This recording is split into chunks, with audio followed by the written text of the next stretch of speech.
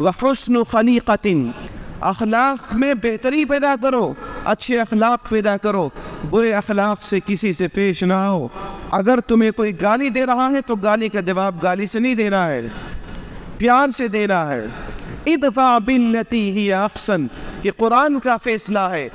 ادفع باللتی ہی احسن، آپ علیہ الصلوۃ والسلام کو خطاب کر کے فرمایا جا رہا ہے، اے نبی، اگر آپ سے کوئی مقابلے پر آئے اور اگر آپ کو کوئی برا بلا کہے اور اگر آپ کے سامنے کوئی آ کر کے کوئی قوم یا کوئی فرد کھڑا ہو جائے تو آپ اس کی زبان میں جواب نہیں دیں گے، یہ ہماری تعلیم نہیں ہے۔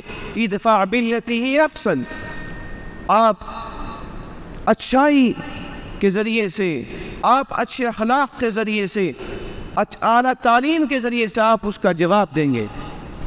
لڑائی جھگڑے کی بات الگ ہے، لیکن جب زبان کا مقابلہ زبان سے ہو تو زبان صاف ستھری ہونی چاہیے، زبان ایسی ہونی چاہیے کہ کسی دوسرے کو کوئی تکلیف نہ ہو۔ اچھے اخلاق ایسی چیز ہے کہ جو سارا سر نمونہ ہے، وہ بنیاد ہے اسلام کی، اسی بنیاد کے اوپر اسلام کی پوری عمارت کھڑی ہوئی ہے۔ اگر یہ اچھے اخلاق آپ علیہ الصلوۃ والسلام دنیا میں عام نہ کرتے تو آج اسلام نہ پھیلتا۔ پورے ملک، پوری قوم، پوری ریاستیں، سلطنتیں آپ علیہ الصلوۃ والسلام کی گرویدہ ہو گئی۔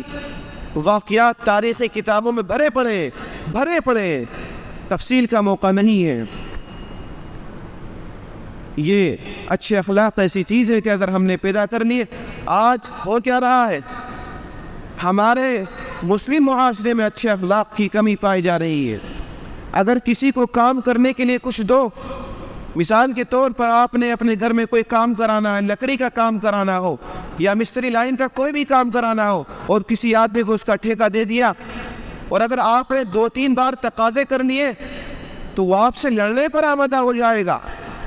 ایک تو آپ کی وعدہ خلافی کر رہا ہے، اور اگر آپ نے اس سے 2-4 باتیں کہہ دی تو وہ الٹا آپ کو اچھے اخلاق سے پیش نہیں آئے گا بلکہ برے اخلاق سے پیش آئے گا، وہ لڑنے پر آمادہ ہو جاتا ہے۔ میرے بھائیوں، سوچنے کی چیز ہے، سمجھنے کی چیز ہے۔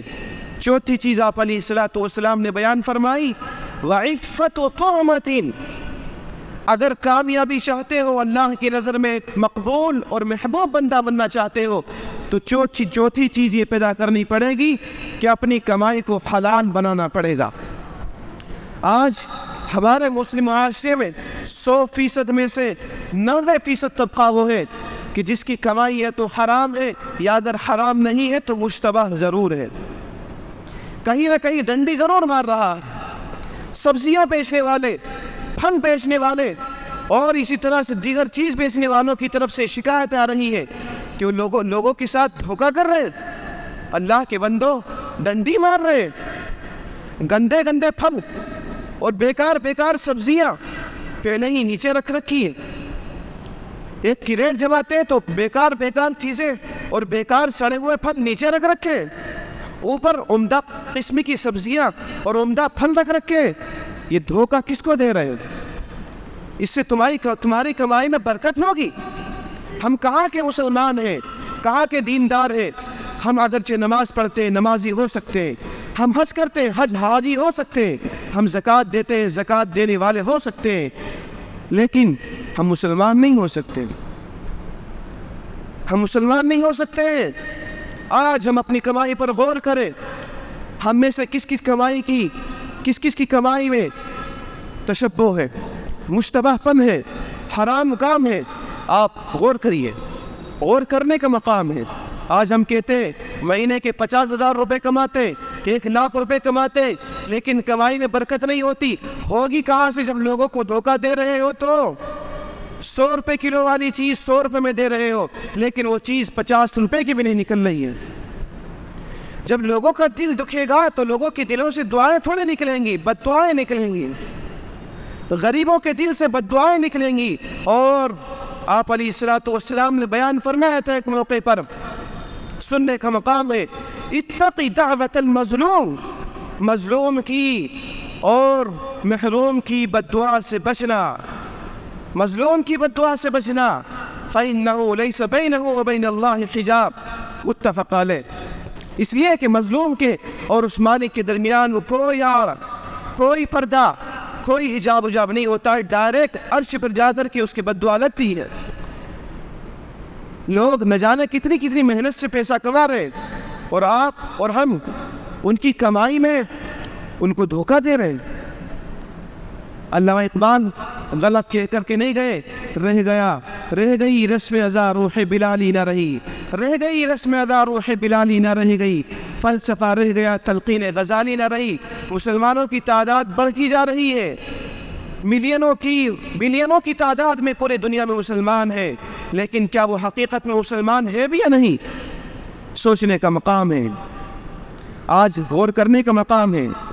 خاص کر کے ہمارے ملک میں جس طرح کی نفرت اور جس طرح کی تعصب پرستی غیر مسلموں کے دماغ میں ہماری طرف سے بٹھائی جا چکی ہے، آپ سب جانتے ہیں میرے بھائیوں۔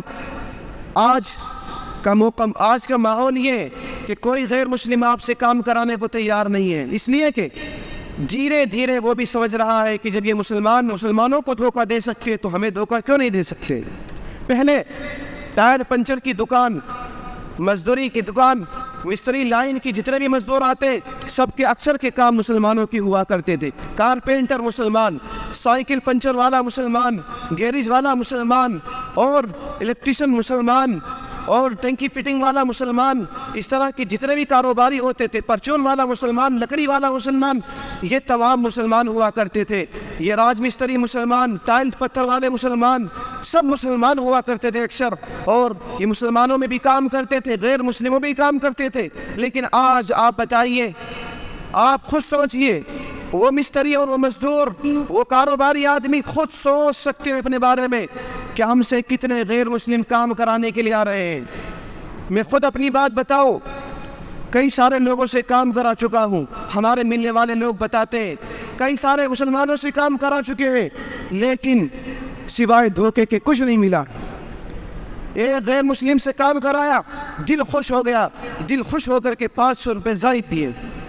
میرے بھائیوں، جب ہمارے مسلمانوں کا دل دکھے گا تو تم سے کام نہیں کرائیں گے، وہ غیر مسلموں سے کام کرائیں گے۔